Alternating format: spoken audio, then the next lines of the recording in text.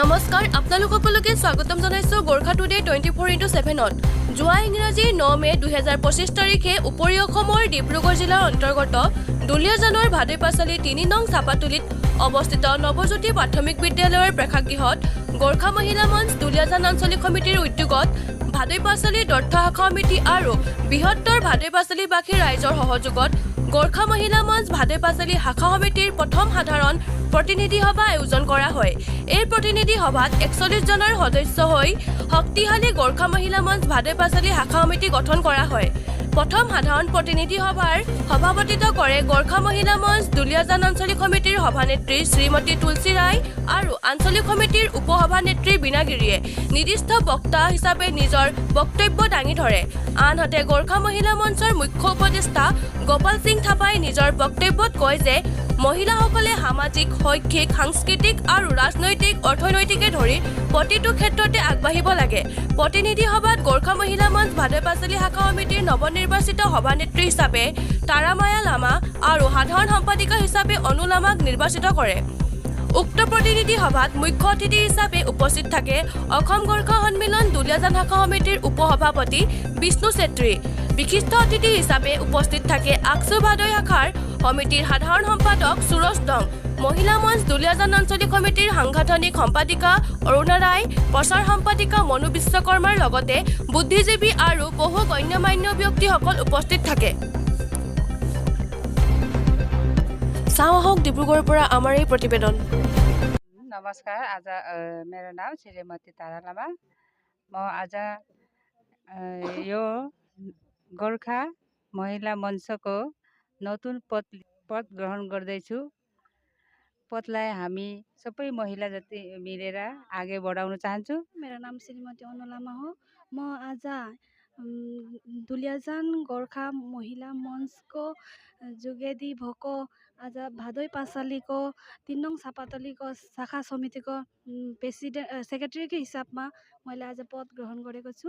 यो पद जति राम्ररी हुन्छ आफूले राम्ररी हुसारू रूपे गरेर जानुको लागि चेष्टा गर्छु। त्यो चेष्टा गर्दाखेरि सबै हाम्रो 3 नङ चापातली, 2 नङ चापातली, 4 नङ चापातलीको गोर्खा चेलीहरूले माने राम्ररी गरेर जानुको लागि साथ दिनुहुन भनेर मेरो मन्तव्य यतिमै समाप्त गर्छु। আজি 9 মে 2025 আজিৰ দিনত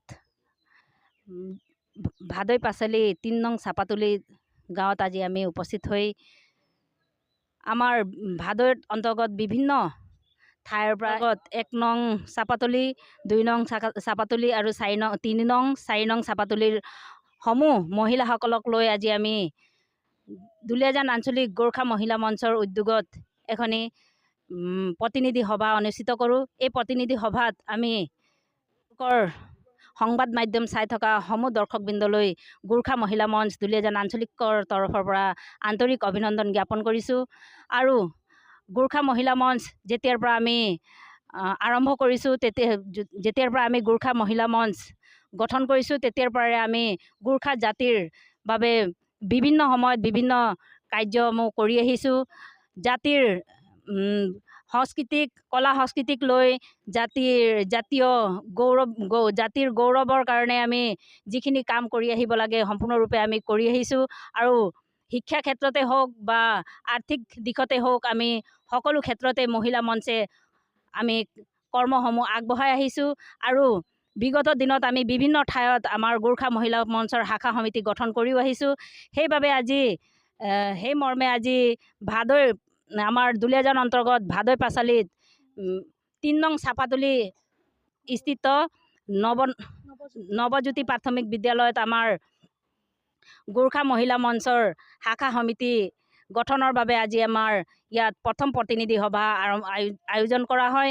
এই সভাত আমাৰ গোৰ্খা মহিলা মঞ্চ ভাদৈ শাখা সমিতিৰ বাবে আমি সভানেত্ৰী হিচাপে তাৰা লামা বাইদেউক আৰু সম্পাদিকা হিচাপে অনু লামা ভণ্টিক আমি এই গধুৰ দায়িত্বটো অৰ্পণ কৰিছোঁ।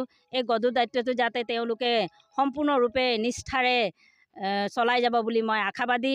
আৰু আমাৰ গোৰ্খা জাতিৰ উন্নতি পথে আৰু মহিলাসকলৰ সুখ দুখ যিকোনো ক্ষেত্ৰতে তেওঁলোকে আগুৱাই আহিব আৰু মহিলাসকলক আগুৱাই নিয়াত সফল হ'ব বুলি মই আশাবাদী। তেওঁলোকক আমাৰ গোৰ্খা মহিলা মঞ্চ দুলীয়াজান আঞ্চলিকৰ তৰফৰ পৰা সমূহ নৱনিৰ্বাচিত সভাপতি সম্পাদিকাকে লৈ সমূহ বিষয়ববীয়াক আমাৰ তৰফৰ পৰা অশেষ ধন্যবাদ আৰু আশীৰ্বাদ জ্ঞাপন কৰিছোঁ। ধন্যবাদ। জয় আই অসম, জয় গোৰ্খা। নমস্কাৰ।